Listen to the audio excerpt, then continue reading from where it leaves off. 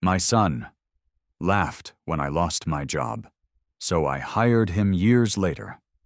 Without telling him, the conference room smelled like new carpet and cold coffee. My son sat across from me, polished shoes crossed at the ankle, scrolling through his phone while I spoke. He did not look up when I mentioned the restructuring timeline. He did not look up when I outlined the performance metrics his division had been missing for 3 consecutive quarters. He looked up only when I slid the folder across the table and told him his employment was being terminated effective immediately. His face went through several colors. White first, then red, then something closer to gray. He opened his mouth twice before any sound came out, and when it did, his voice had lost the casual arrogance it carried 30 seconds earlier. I let him speak for exactly 1 minute. Then I stood, thanked him for his time, and left the room. Security would handle the rest. I had other meetings. That moment had been 4 years in the making. But the story begins much earlier, on a Tuesday morning in October when I was 53 years old and learned that my position had been eliminated. I was not a man prone to panic. I had worked for the same manufacturing firm for 28 years, moving from floor supervisor to regional operations manager through competence and steadiness rather than charm. My wife had passed 6 years before. My daughter lived overseas with her family. My son, Michael, was 31, married, working in finance, living in a house twice the size of mine. We spoke every few weeks, usually when he needed something or when holidays required it. The morning they let me go, I drove home in silence. I did not call anyone. I made a pot of tea and sat at the kitchen table with the severance paperwork spread in front of me. The numbers were not catastrophic, but they were not generous either. I had savings, but not enough to retire on. I had skills, but in an industry that was shedding older employees like dead skin. I called Michael that evening. He answered on the 4th ring, voice bright and busy. I could hear restaurant noise in the background, laughter, the clink of glassware. I told him what had happened, keeping my tone even and factual. There was a pause. Then he laughed. It was not a long laugh, just a short, sharp bark of sound followed by a sigh. Jesus, Dad, at your age? What are you going to do, start over at Walmart? Another pause. Look, I'm out with clients. Can we talk about this later? We did not talk about it later. He sent a text 2 days afterward asking if I was okay. I replied that I was. He did not follow up. The house felt larger after that. I had always kept it orderly, but now I moved through the rooms with a different attention, noting the things that had gone unrepaired because I had been too busy, or too tired, or too certain that tomorrow would resemble today. I fixed the loose hinge on the cabinet door. I sealed the crack in the basement wall. I updated my resume and began applying for positions, though the responses were polite and empty. Michael called once in November to say he could not make Thanksgiving. Work was demanding. His wife's family had plans. I told him I understood. He said he would send a check to help me out. I told him that was not necessary. He sent it anyway. $200 with a note that said, "Hang in there." I deposited it and did not mention it again. By December, I had stopped applying for jobs that resembled the one I lost. The market had no interest in 53-year-old operations managers with decades of loyalty to a single firm. I was obsolete by design. So I pivoted. I had always been methodical. I took the severance money, added my savings, and began researching. I read about supply chain inefficiencies, about small manufacturers struggling to compete with overseas production, about the narrow gaps in the market where speed and customization could still command a premium. I found a niche in custom industrial components, items too specialized for mass production and too urgent for slow overseas shipping. I rented a small space in an industrial park 30 miles from my house, bought used equipment, and hired 2 young machinists who were willing to work for equity and patience. The first year was lean. I lived on oatmeal and learned to code invoices at midnight. The second year was better. We landed a contract with a regional aerospace supplier that needed rapid prototyping. The third year, we expanded into medical device components.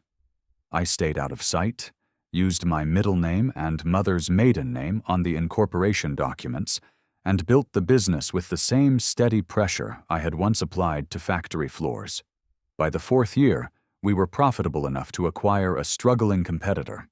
That competitor happened to supply parts to a logistics firm, where Michael had recently been promoted to Director of Procurement. I learned this from a business journal profile. The article featured a photograph of him standing in a warehouse, arms crossed, smiling with the confidence of a man who had never been told no. The text described him as a rising talent, aggressive in negotiations, unafraid to cut vendors who could not meet his standards. It mentioned his MBA, his reputation for demanding excellence, his wife's charity work. It did not mention me. I read the article twice, then called my attorney. I asked about the legal boundaries of hiring someone without disclosing a family relationship. He said that as long as there was no fraud and the employment was legitimate, there was no barrier. He asked why I wanted to know. I told him it was theoretical. It was not theoretical. I restructured the acquisition so that the logistics firm became a client of my company, which now operated under the name Tellman Industrial Solutions. I attended none of the meetings. My operations director handled the contracts. Michael never asked who owned the company. He was too focused on margins and delivery windows. We met his standards. We undercut his previous supplier by 8% and delivered 2 days faster. 6 months later, his firm signed an exclusive agreement with us. I waited another 4 months before making my move. I needed to be certain the relationship was embedded, that any disruption would create problems he could not easily solve. Then I began looking at his division's financials, which were part of the reporting requirements in our contract. The numbers were not as strong as his public profile suggested. 2 major clients had reduced their orders. A warehouse lease was underwater. His team's performance reviews showed high turnover and low morale. He was managing by force, not strategy. I started asking questions through my operations director. Small things at first. Why were reorder schedules inconsistent? Why did invoices sometimes take 45 days to process when terms were 30? The answers that came back were vague and defensive. Michael's team was stretched thin. Michael was handling multiple priorities. Michael would address it soon. I let it continue for another quarter, watching the pattern solidify. Then I scheduled a meeting to discuss contract renewal terms. I told my operations director I would handle this one personally. He looked surprised but did not argue. I had built the company. I could take a meeting. Michael did not recognize my name on the calendar invite. Tellman was my mother's maiden name, and I had gone by my middle name Edward in all business filings. To him, I was Edward Tellman, owner of a supplier he had vetted and approved. Nothing more. I arrived early. The logistics firm's headquarters was a glass and steel structure surrounded by flat parking lots. Inside, the air smelled like floor polish and recycled air. I signed in at the desk, declined coffee, and waited in a lobby filled with branded motivational posters about teamwork and excellence. Michael appeared 12 minutes late, walking fast, phone in hand. He wore a gray suit with a blue tie and shoes that had been polished recently.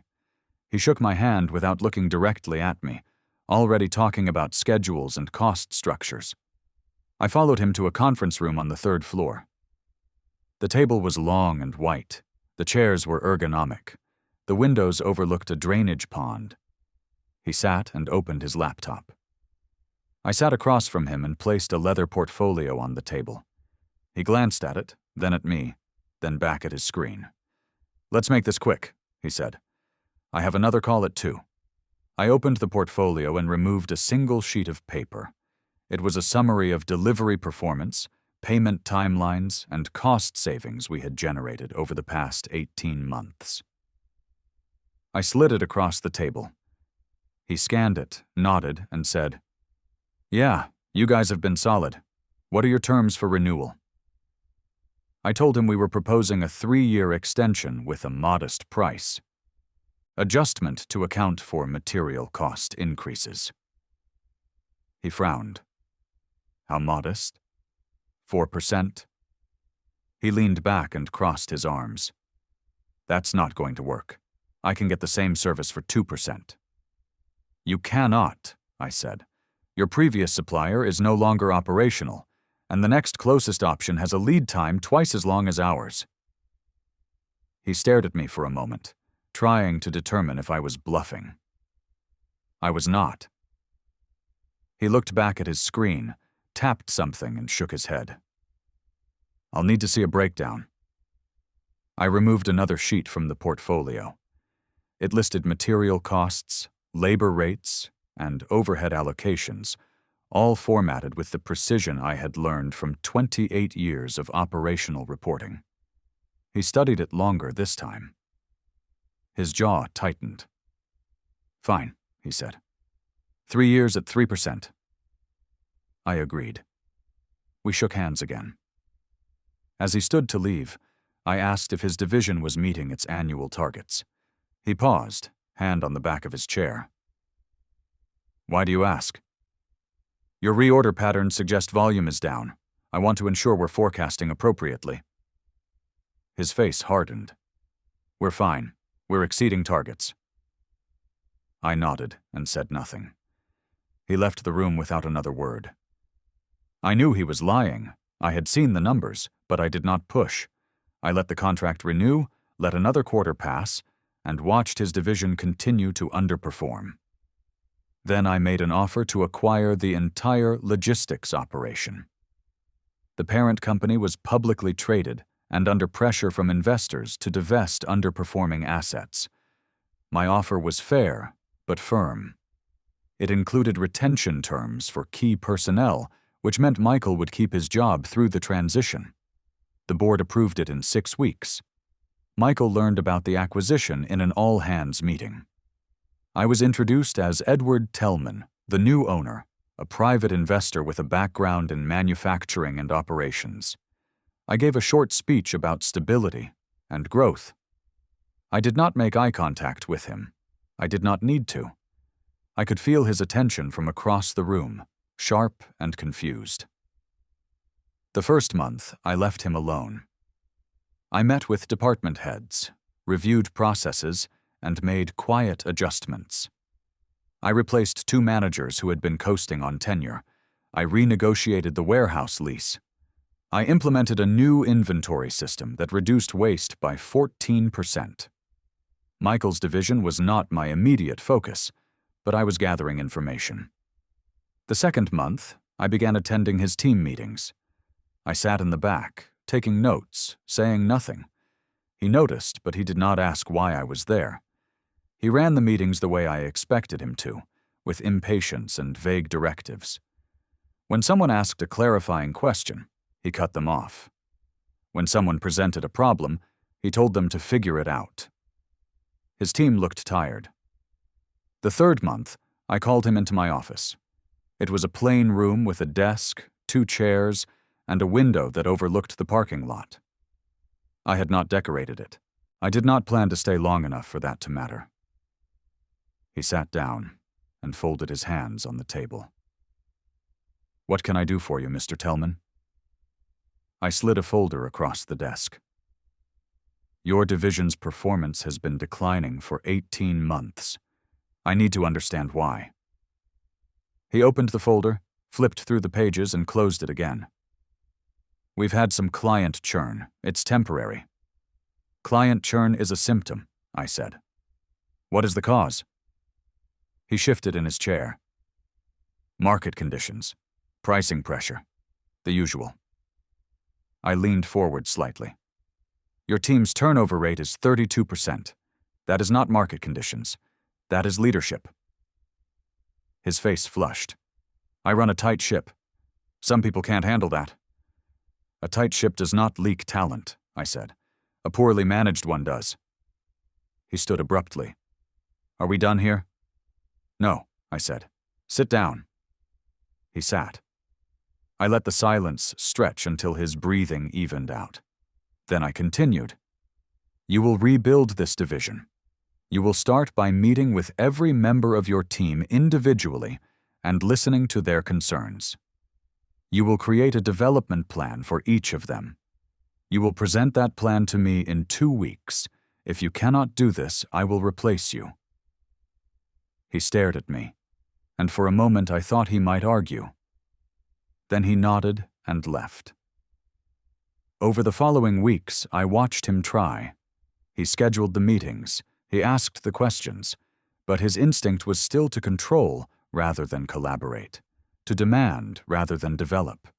I saw it in the body language of his team, the way they answered his questions with caution and minimal detail. He was trying to perform the motions of good leadership without understanding the foundation. I gave him 90 days.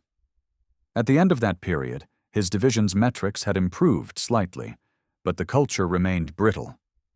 I called him back into my office.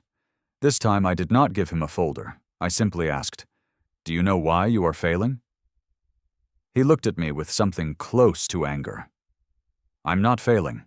The numbers are up." "The numbers are marginally better because I fixed the systems around you," I said. "You are still failing your people." "What do you want from me?" he said, voice tight. I leaned back in my chair and studied him. He looked older than he had 4 years ago, more worn. The confidence was still there, but it had curdled into defensiveness. I thought about the phone call, the laugh, the $200 check. I thought about the years I had spent building something new while he coasted on credentials and entitlement. "I want you to understand what it means to rebuild," I said. "I want you to know what it feels like to be underestimated and to prove yourself anyway. I want you to learn humility." He blinked. "Who the hell do you think you are?" I met his eyes and spoke in the same calm tone I had used for 28 years on factory floors, in meetings, in the quiet hours when no one was watching. "I am your father." The air in the room changed. He went very still, his face cycling through confusion, disbelief, and finally recognition. He opened his mouth, but nothing came out. I waited. "You," he started, then stopped. "This whole time?" "Yes. You bought this company just to—" He could not finish the sentence. "I built a company," I said. "You became part of it. What happened after that was your choice." He stood, knocking the chair back. "This is insane. You can't just—" He trailed off again, pacing to the window and back. "Why?" "Because you laughed," I said simply, "and because you needed to learn something you were never going to learn on your own." He turned to face me, and I saw something I had not seen in years. Not anger, not arrogance, something closer to shame. I didn't know it mattered that much. It did. He sat down slowly, hands gripping the edge of the desk. "What happens now?"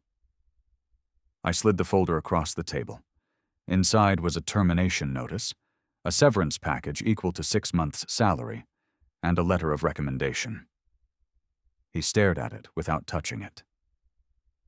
"You are a competent manager with poor instincts about people," I said. "You can learn to be better, but not here. Not while you are looking over your shoulder wondering what I am testing you on. You need to start over somewhere that does not carry this weight." He picked up the letter and read it. His hands shook slightly. "This is generous." "It is fair," I said. "You are still my son. I do not want you to fail. I want you to grow." He set the letter down and looked at me. "I'm sorry," he said quietly. "For that phone call, for all of it." I nodded. "I know." He left my office 20 minutes later, walking slower than he had in any meeting I had observed. I watched him cross the parking lot and get into his car. He sat there for a long time before starting the engine. I did not feel triumphant. I felt tired and older, and something close to relieved. The severance check cleared 3 days later. Michael called me 2 weeks after that from a number I did not recognize. He asked if we could have dinner. I said yes. We met at a quiet restaurant halfway between his house and mine. He looked different, less polished, more present. We did not talk about the company. We talked about his daughter, who was learning to walk. We talked about my late wife, whose grave he had not visited in years. We talked about the things he wished he had said, and the things I wished I had taught him earlier. It was not a reunion. It was a beginning. 6 months later, he sent me a message. He had taken a position at a mid-sized firm, reporting to someone who was teaching him how to build teams rather than rule them. He said he was learning. He said it was harder than he expected. He thanked me. I replied with 3 words. I am proud. I sold Tellman Industrial Solutions 18 months after that conversation. The buyer was a private equity group that wanted the client relationships and the operationals, systems. I walked away with enough money to retire comfortably and enough clarity to know I was done proving anything to anyone. I still live in the same house. I fixed the rest of the things that needed fixing. I planted a garden in the back, where my wife always said one should go. I visit my daughter twice a year. Michael and I have dinner once a month. His daughter calls me Grandpa now. She is learning to read. The betrayal I felt that October morning 4 years ago has faded into something quieter. Not forgiveness exactly. Understanding, maybe? Michael was raised in a world that rewarded confidence over competence, appearance over effort. I was complicit in that. I worked too much and spoke too little. I let him assume that success was inevitable and that struggle was for other people. When I hired him without telling him, I was not trying to humiliate him. I was trying to show him what I had learned the hard way, that rebuilding is always possible, that respect is earned through steadiness, that the people who laugh at your lowest moment are often the ones who have never truly fallen. He learned it. It cost him his pride and 18 months of discomfort, but he learned it. And now, when we sit across from each other at dinner, I see a man who listens before he speaks, who asks questions instead of issuing orders, who understands that authority without empathy is just noise. I do not regret what I did. I do not celebrate it either. It was necessary, the way surgery is necessary. Painful, precise, and aimed at something deeper than the surface wound. The scar is still there. It always will be. But the wound has closed, and what remains is stronger than what was there before. I think about that conference room sometimes, the moment his face changed color and his voice lost its shape. I think about the years I spent building something he did not know existed, the quiet satisfaction of preparation meeting opportunity, the strange justice of teaching a lesson without ever raising my voice. But mostly, I think about the morning I lost my job, sitting at my kitchen table with cold tea and severance papers, feeling obsolete and discarded. I think about how that morning was not an ending. It was a test. And I passed it the only way I knew how, by getting up the next day and the day after that, by refusing to let someone else's cruelty define my worth, by building something new with the same hands that had built everything else. Michael laughed at me once. He will not laugh again. Not because I broke him, but because I showed him what it means to stand back up.